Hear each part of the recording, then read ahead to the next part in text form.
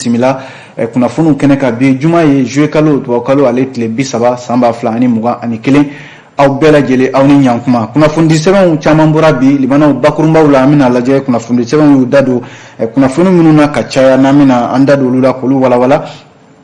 limanaw kunnafoni sɛbɛnw kumana bi a jirala k'a fɔ min ye premier ministre Choguel Kokala Mayiga ale kan ka ye bi jumadon yɛrɛ la wuladayanfan waati min ye CNT ni o y'an ka député ladigew ye olu ɲɛma ka se ka taa ka baara kuntilenna a bɛ fɔ min ma ko plan d'action gouvernemental a kan ka taa o ɲɛfɔ CNT maaw ɲɛma kunnafoni sɛbɛnw y'u da don a la limanaw a jirala k'a fɔ fana kunnafoni sɛbɛnw fɛ min bɛ tali kɛ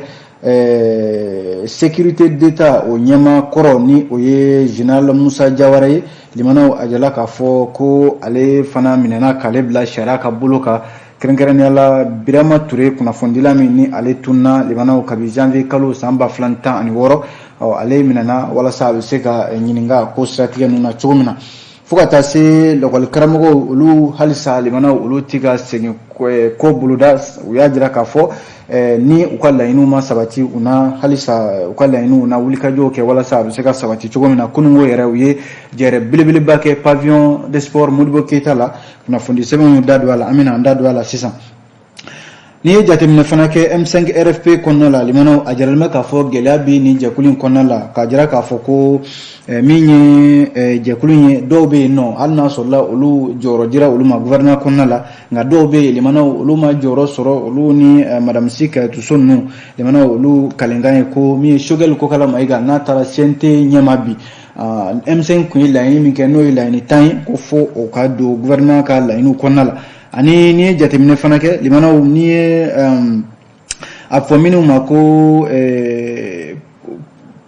association des procureurs poursuivants limanaw olu y'a jira k'a fɔ cɛ min tun bɛ fɛ ka colonel Asimi Goïta bɔnɛ a nin na limanaw ko cɛ in sacogo gouvernement tun kan ka min kɛ a ma o kɛ sabu gouvernement y'a jɔyɔrɔ 2 ta a yɛrɛ ka jɔyɔrɔ ka tila ka kiiri tigilamaw fana ka jɔyɔrɔ ta kunnafoni sɛbɛnw kumana o fana kan limanaw nin de ye kunnafoniw la bakurunba dɔw ye an bɛna an da don minnu na nka kunnafoni wɛrɛw bɛ yen an bɛna minnu lakali aw ye kunnafoni sɛbɛnw ye minnu ɲɛfɔ bi sɔgɔmada in na limanaw an b'a daminɛ ni fasidi sɛbɛn min u k'a ma ko l'essor kumana limanaw l'essor ka kuma la an bɔra k'an da don a la sisan n'i ye jateminɛ kɛ plan d'action du gouvernement limanaw u tɛ dɔwɛrɛ ye o gouvernement ka baara kuntilenna min bɛ gouvernement bolo limanaw ani fɛɛrɛ min b'a bolo transition kɔnɔna la cɛmancɛ fanga min filɛ an kunna nin ye a tɔ ye kalo damadɔ ye limanaw premier ministre Choguel Kokala Mayiga ale de kan ka ye an ka députéw ɲɛma bi ni o ye conseil national de transition limanaw ka se ka ɲɛfɔli kɛ gouvernement ka kuntilenna ye mun ye kalo tɔ in kɔnɔna la yɔrɔ n'i ye jateminɛ kɛ plan d'action du gouvernement n'u k'a ma ko PAG limanaw ale ɲɛ kan ka fɔ CNT maaw ɲɛma bi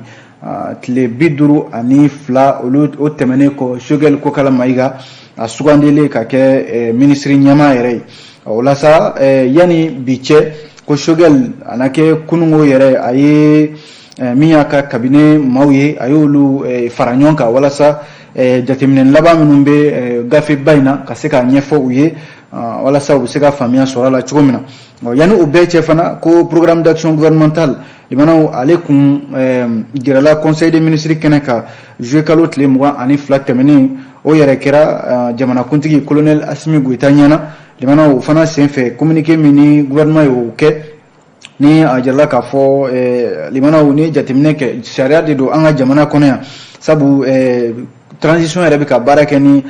gafeba min ye n'u k'a ma ko charte o article 15nan limanaw o b'a yamaruya premier ministre fɛn fɛn bɛ yen cɛmancɛ fanga in kɔnɔna la ni o sugandira a diyagoyalen don a kan limanaw a ka kuntilenna di a bɛna baara kɛ cogo min na gouvernement ka kuntilenna ye mun ye ani fɛɛrɛ min b'u bolo ka se ka t'o ɲɛfɔ CNT ɲɛma hali an ka sariya sunba yɛrɛ kɛ constitution min ni bɛɛ lajɛlen jɛ y'o ye limanaw o fana ka sariya se min bɛ yen n'o ye article 78 ye limanaw o b'a jira gouvernement fɛn fɛn bɛ yen ni o sigira an ka jamana kɔnɔ a ministre ɲɛma o kan ka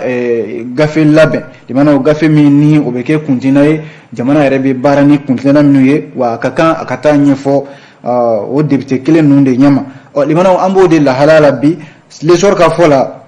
ni ye jateminɛ kɛ min ye jamana kuntigi colonel Assimi Goïta ale yɛrɛ hakililajigi kɛ juin kalo tile 16 tɛmɛnen san 2021 k'a jira k'a fɔ ko min ye Choguel ka nin gafeba in ye n'i ye a munumunu cogo cogo limanaw a tɛna taa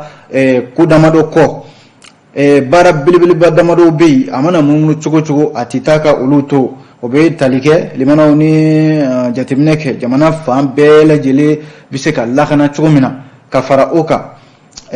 min ye yɛlɛmaniba minnu bolodalen don an ka jamana kɔnɔ ka taa se jamana yɛrɛ mara cogo a ka mara jɛya kɔnɔna la ka taa se hali jamana yɛrɛ bɛ nafoloba min bɛ ta ka don jamana la limanaw ka se ka caman bɔ o hakɛw la o de ye laɲini belebelebaw yɛrɛ ye fo ka taa se bɛnkan sɛbɛn min ni jamanadenw bɛ se ka don da kelen fɛ ka bɔ da kelen fɛ bɛɛ bɛ se k'i tɛgɛ di ɲɔgɔn ma cogo min na basigi bɛ se ka na Mali kɔnɔna la ko min ma accord pour la paix issu du processus d'Alger limanaw ale fana kuma ka fɔ gafeba in kɔnɔna la n'o ye plan d'action du gouvernement ye limanaw n'i ye jateminɛ kɛ ni de ye hakilabaw ye minnu ni Choguel n'a ma ɲɛ k'a bɛ ye CNT maaw ɲɛma bi jumadon in na a bɛna kuma ninnu fana kan limanaw hali jamanadenw yɛrɛ ni ɲɔgɔn cɛ bɛn bɛ se ka na cogo min na ani tɛgɛ di ɲɔgɔnmaw bɛ se ka na cogo min na jamanaden yɛrɛ bɛ se ka a dɔn k'a fɔ jamana bi bɛɛ lajɛlen jɔyɔrɔ ka bon jamana ko la limanaw i mana kɛ maa o maa ye walasa min bɛ tali kɛ communiqué min ni conseil des ministres y'o kɛ don tɛmɛnenw la limanaw o de ye waati kɛrɛnkɛrɛnnen min ni o tɔ tora transition bolo limanaw waati in ka se ka labɛn ka se ka baaraba minnu fɔra sisan ka se ka o kɛ waati kofɔlen in kɔnɔna la kuma ye nin ye limanaw an ye nin bɔ l'essor de kɔnɔ bi sɔgɔmada in na aw bonya bi kunnafoni na n'an tora ale essor kelen kɔnɔ limanaw a jirala k'a fɔ ko sigi dɔ bɛ yen n'u k'a ma ko états généraux de la formation professionnelle limanaw dɔwɛrɛ tɛ bunadamaden yɛrɛ i ka ɲɛta bɛ se ka sabati cogo min na ka i to kɛ i ka baarada la limanaw sigi bɛna kɛ o kunna o la ko sigi min ye nin l'essor ka fɔ la a bɛna kɛ sababu ye limanaw ka se ka min ye hakɛw di hakɛ minnu bɛ kɛ sababu yɛrɛ ye jamana baara cogo ani jamanaden fɛn fɛn bɛ yen i mana kɛ yɔrɔ o yɔrɔ limanaw foroba ko fɛn fɛn bɛ yen foroba baara yɔrɔw fara minnu bɛ yen ni olu bɛ baara la jamana kɔnɔna la limanaw a ka kɛ kalankɛyɔrɔw ye o a ka kɛ kalandegeyɔrɔw ye a ka kɛ hali baarakɛyɔrɔw ye limanaw jamanadenw bɛ se ka dege baara la cogo min na baara min ni u bɛ taa o de lawaleya u ka baarakɛyɔrɔw la o ka kɛ hakɛ kɔnɔna la hakɛ min ni jamanaden yɛrɛ bɛ se k'i ka hakɛ sɔrɔ cogo min na o fana ka kɛ ɲɛta ye limanaw ɲɛta min ni o bɛ se ka kɛ jamanadenw yɛrɛ ka ɲɛta ye ni jamanadenw ye ɲɛta sɔrɔ limanaw jamana yɛrɛ o bɛ ɲɛta sɔrɔ o de la min ye formation professionnelle ani denmisɛnnin sifinnakaw limanaw olu bolo bɛ se ka don caw la cogo min na ɲɛta badabada sɔrɔko nasira ninnu na min ye gouvernement yɛrɛ ye ale ka hakilila de ye o ye cakɛda minnu bɛ yen limanaw ni olu ye cakɛda misɛnninw ye ni sifinnakaw ɲɛsinnen don olu ma u ka baaraw nasira ninnu na fanga bɛ se ka don olu la cogo min na ani sifinnaka minnu bɛ yen limanaw ni ɲinɛ kɛn bɛ u kɔ u bɛ kalanw kɛ i n'a fɔ an ka kalanso minnu bɛ yen n'o ye centre de formation professionnelle ye kɛrɛnkɛrɛnnenya la min yɛrɛ dilanla jamana faamaw fɛ senukaw fɛ yen nɔ limanaw o fana bɛ se ka o fana dayɛlɛli baaraw o bolodalen don ni Choguel Kokala Mayiga ale bɛna taa o kɛnɛ kan walasa limanaw dɔwɛrɛ tɛ o min ye an ka jamana sifinnakaw ye maa maa bana kɛ ko i bɛ baara dege kalan na an ka jamana kɔnɔna la limanaw e ka kɛ maa ye maa min n'i bɛ se ka nafa bɔ jamana ye don dɔ la ko sigi ni o ye états généraux de la formation professionnelle ye limanaw a bɛna sigi an ka jamana kɔnɔ don nataw la walasa baarako baara dege ani jamanadenw bɛ se ka nafa sɔrɔ baara dege la cogo min na u bɛ se ka nafa don jamana kɔnɔna la cogo min na limanaw o de ye ni laɲini yɛrɛ ye dɔwɛrɛ tɛ limanaw Mali n'a dɛmɛ jamana minnu bɛ yen n'o ye partenaires techniques et financiers ye olu de bɛ n'u bolo di ɲɔgɔn ma ɲɛta badabada yɛrɛ o ko min ma ko objectif de développement durable yanni san 2030 natɔ in cɛ nin ka se ka kɛ baaraba ye nin ka se ka kɛ ko ye Mali kɔnɔ limanaw sifinnakaw bɛ se ka jɔyɔrɔbaw sɔrɔ ani u bɛ se ka bɔ nɔgɔla yɛrɛ sɔrɔ cogo min na an ka jamana kɔnɔ yan kuma ye nin ye l'essor de nefo somadena limanaw aw bonya bi ala nan tora kuna fundi gafew la kalila limanaw ambi do fasidi sebe men kono kama ko l'indépendant yere ka ja folo bi limanaw général Moussa Diawara ale de jabi indépendant kokabi dore tede limanaw ko patron koromi ni l'ale de kumbe sécurité d'état nyama général Moussa Diawara limanaw ko ablala sharia ka boloka wako avec ka un yɛrɛ la ni waati na ka sababu kɛ mun ye limanaw ni jateminɛ kɛ kunnafondila min bɛ yen ni o ye Birama Ture ye ale de ka tunni ko kuma limanaw Moussa Diawara welela a bɛna ɲininka o de la indépendant ka kuma la min ye directeur de la sécurité d'état o ɲɛmakɔrɔ don san 2013 kana bila san 2020 na général Moussa Diawara kunungo alamisa ko a bilala kiri ka bolo ka commune 4 ale tribunal o de sɛgɛsɛgɛli yɛrɛ boloda ka Moussa Diawara limanaw ko ka a ta ɲininka fɛn min n'o bɛ tali kɛ limanaw ko ka don jɛla walima ka don maaw fɛ baara min ni o bɛ tali kɛ Birama Ture ka a nima tɔɔrɔ walima fo ka taa se saya yɛrɛ ma a bɛ fɔ min ma ko complicité de séquestration, d'enlèvement et de torture.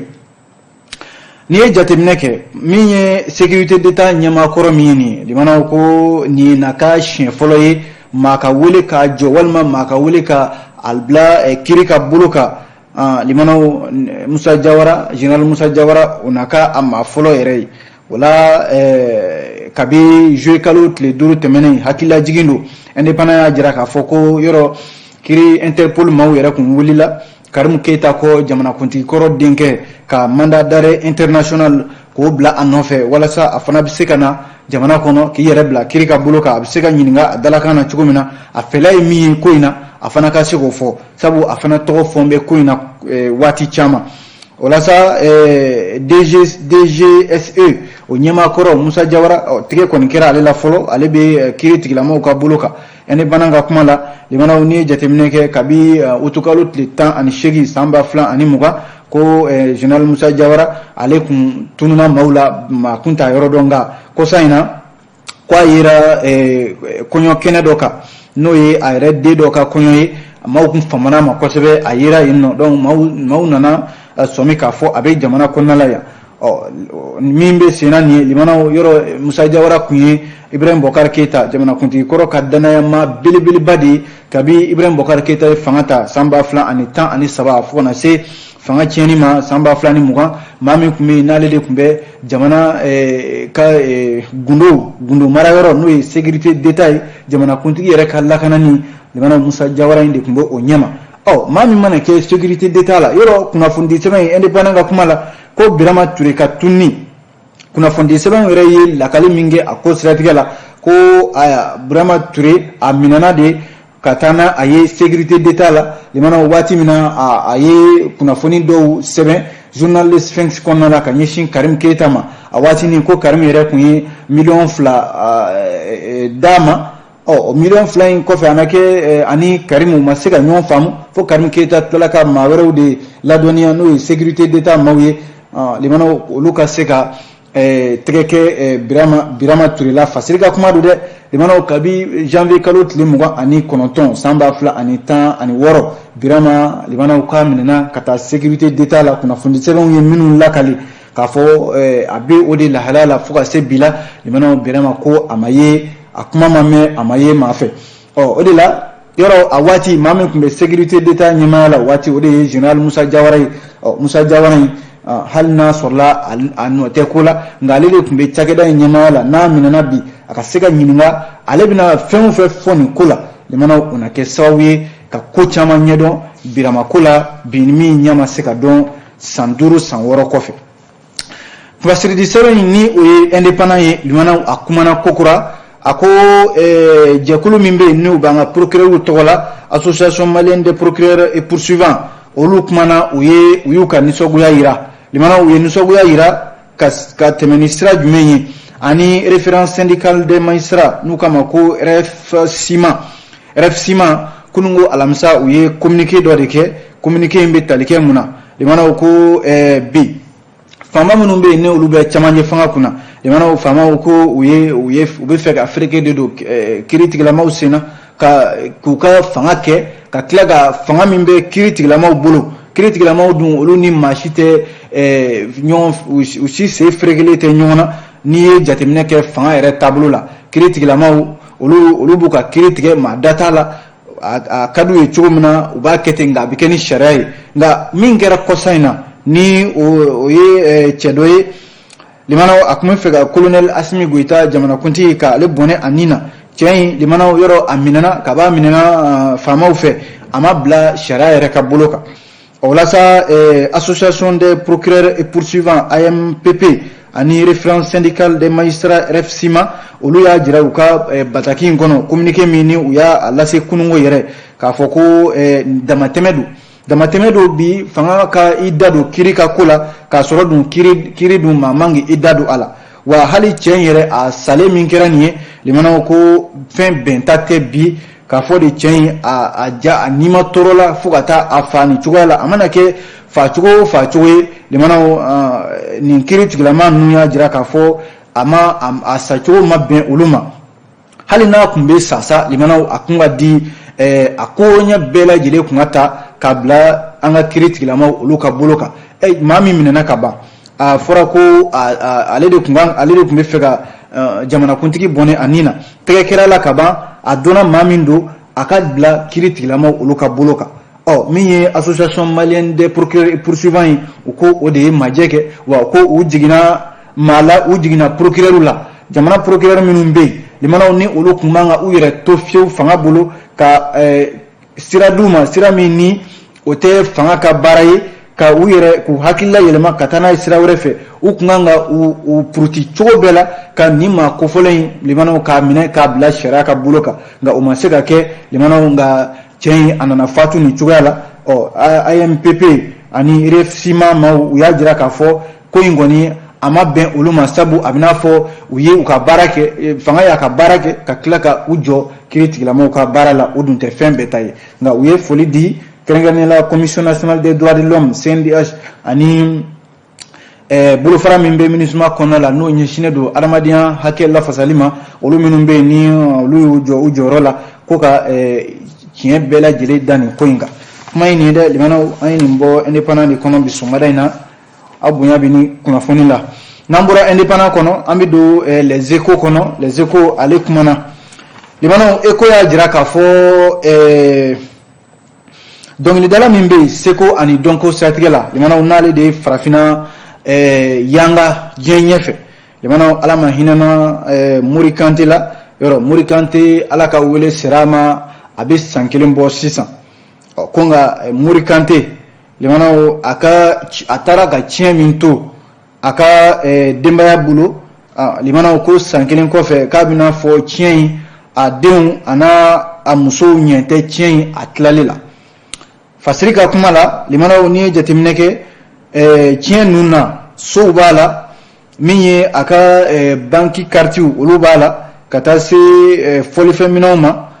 min ye ala ye disiki 16 sɔrɔ disiki d'or o 16 o la ko Mori Kante limanaw a taara ka nin nafoloba min to a kɔ ko a ka a ka denbaya limanaw kɛrɛnkɛrɛnnenya la a ka den 14 bɛ bi fo ka taa se a yɛrɛ muso ma n'o ye Sira Kuyate o min lakodɔnna sariya fɛ k'a fɔ o de bɛ se k'a ka tiɲɛ ta a kɔfɛ walasa Laginɛ dɔnkilidala min ye nin sɔrɔfin kɔnɔ don limanaw a bɛ n'a fɔ an bɛ don min na i ko bi a ka taara ka tiɲɛ minnu to tiɲɛ in a tilali kɛn bɛ gɛlɛya ye fo ka o ko yɛrɛ ta limanaw ka taa n'o ye kiri ka bolo kan walasa den 14 na dɔ b'a la o tɔgɔ ye ko Bala Kante ale de yera jɛmukan dɔ kɔnɔ kɛnɛ kan o ko min ma ko les grandes gueules a kɛra Espace FM o de sanfɛ limanaw o de kɛnɛ kan yen nɔ den n'u k'a ma ko Bala Kante ale ye ɲɛfɔliw kɛ a ko kabi olu fa sara limanaw gɛlɛya de bɛ olu ni ɲɔgɔn cɛ maa min bɛ yen ni o bɛ fɛ ka a ka tiɲɛw ka o bɛɛ lajɛlen kɛ a ta ye o ye a muso in ye ni o ye Sira Kuyate ye Sira Kuyate tɔgɔ in limanaw a n'a denw olu de kɛmɛ ka tiɲɛ bɛɛ lajɛlen k'o ta k'a kɛ u yɛrɛ ta ye wa ale yɛrɛ min filɛ nin ka kuma limana ko bagabagali sugu bɛɛ lajɛlen bɛ ka ta ka da ale kan wa ko muso in ka kuma kɛra mun ye ko n'i ye tiɲɛ ninnu tila limana tiɲɛ tila 150 o ka di ale n'a denw ma tiɲɛ tila kelen 50 o ka tila olu tɔw fana ni ɲɔgɔn cɛ limana ni waleya in jate minɛ ko Mori Kante yɛrɛ a fatulen maa min y'a ka saya sɛbɛn dilan o ye Kader Kante ye o y' ale yɛrɛ balima dɔ fana ye limana o yɛrɛ kɛmɛ ka i jɔyɔrɔ la bi dutigiya yɛrɛ jɔyɔrɔ fɛn fɛn bɛ yen k'o bɛ Mori Kante ka tiɲɛko la limana o n'a ba kɛmɛ ka o bɛɛ lajɛlen kɛ a ta ye limana denkɛ min ye nin ye n'o ye Bala Kante ye a ka ɲɛfɔliw la halisa a ko a ba min ye nin ye ni o de bɛ ka ko bɛɛ lajɛlen ta ka da ale kan bi hali a ko k'a bi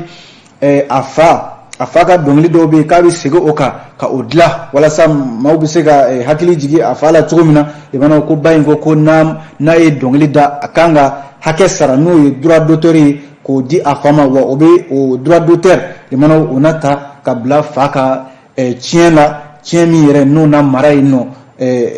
fasiri ka kuma la limana n'i ye jateminɛ kɛ Mori Kante n'i y'a fɔ ka ban limana farafinna tilebiyanfan laginɛkaw fɛ yen a yɛrɛ bangena san 1950 limana Albadariya Kisidugu Laginɛ Mori Kante yɔrɔ kaba a san 7 limana a y'a ka denmisɛnninw yɛrɛ daminɛ Mali kɔnɔna la yan de Bamako yan o la sa san 1987 a ye dɔnkili min da n'u k'a ma ko Yekeke limana o de kɛra sababu ye Mori Kante a donna diɲɛ fantan ani 4 bɛɛ lajɛlen a yɛrɛ hakilila jiginna a fatura mai kalo tile 22 san 2020 Conakry ka si to san 70 na kuma ye ne dɛ limana a ye nin bɔ les échos welewele kɔnɔ aw bonya b'a la n'an tora kunnafoniw kɔnɔna la limana an bɛ don fasirili sɛbɛn min kɔnɔ o ye Nouvelle Horizon ye ale kumana limana Nouvelle Horizon y'a jira k'a fɔ ko Sotiba ko bagabali bɛ ka ɲɛsin so damadɔ ma olu bɛ fɛ ka ci o ciko kuma de bɛ sen na Sotiba kuma fɔlen ka ban ko jɛkulu dɔw bɛ yen n'o ye collectif dɔ ye sigida maaw don minnu ni kunungo alamisa u ye ɲɔgɔn ye dɔ kɛ ka kunnafoni di kɛnɛ kan limana u ye jalaki bin kosɛbɛ mairie kan commune 1 mairie ka jira k'a fɔ ko o de ye so feere u ma o mairie kelen limana o sigin bɛ ka olu lajɛ k'a fɔ de u tɛna se ka dugukolo minɛ u la nka limana u ka so maana se ka so ɲun ka taa n'a yɔrɔ wɛrɛ wa limana o kuma t'a la dɛ o de la bi jɛkulu min ye nin ye n'u kama collectif des habitants du quartier Sotiba limana ko ninnu sigin bɛ nin yɔrɔ kofɔlen na a bɛ san 10 bɔ u ye u ka sow jɔ ko a bɛ du 100 ɲɔgɔnna yɛrɛ bɔ min bɛ nin yɔrɔ kofɔlen in na commune 1 mairie a na kɛ o de ye yɔrɔ in feere ma fɔ min ma ko zone de recasement a filɛ Sotibakaw fɛ yen nɔ ko titre foncier yɛrɛ de bɛ yɔrɔ in na jamana de titre foncier k'a la a bɛ san 80 bɔ bi nka limana o kɛlen ko muso dɔ wulila min ni o de nana ko ale ta ye yɔrɔ in ye n'o u k'a ma ko Ɲamankolo Kulubali limana musolaka in a ko ale fa de ta ye dugukolo ye kabi Mali ma ka yɛrɛma hɔrɔnya ta limana o kuma nana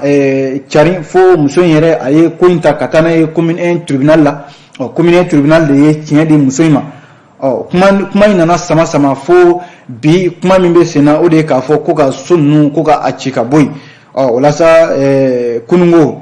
min ye jɛkulu ye maa minnu sigilen don a yɔrɔ kofɔlen in na olu wulila ka taa commune 1 mairie kɔnɔna la ka taa maire yɛrɛ ka kuma ɲɔgɔnya kun jumɛn na olu ka sigiyɔrɔ olu sigin bɛ nin yɔrɔ in na a bɛ san 10 bɔ jamana de ye olu sigi ye o jamana kelen bɛna tila ka olu gɛn ka bɔ o yɔrɔ la k'u bɛn'u ka so ci olu ma faamuya sɔrɔ a la maire dalakan maire ka kuma fɛn fɛn bɛ yen ni maire y'o fɔ jamana jɛkulu minnu n'u taara maire kuma ɲɔgɔnya kuma in kɔni ma taa jɛkulu ninnu jimi sira fɛ jamana fo ɲɔgɔnko yɛrɛ kunna bɔ a ko siratigɛ ninnu na nka limana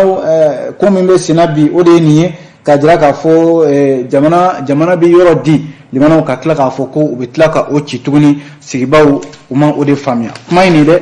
an ye nin bɔ Nouvelle Horizon de kɔnɔ bi sɔgɔmada in na aw bonya bi kunnafoni la n'an tora kunnafoni di sɛbɛn olu lakali la an bɛ don le soir de Bamako kɔnɔ soir de Bamako ale kumana limanaw ko min ye M5 RFP ko ale kɔnɔna la bi ko a bɛna fɔ daba wuli b'a kɔnɔ sabu Shogel Kokala Maiga makono ne do bi M5 RFP mawfe minnu be ni olu be toyin kono ni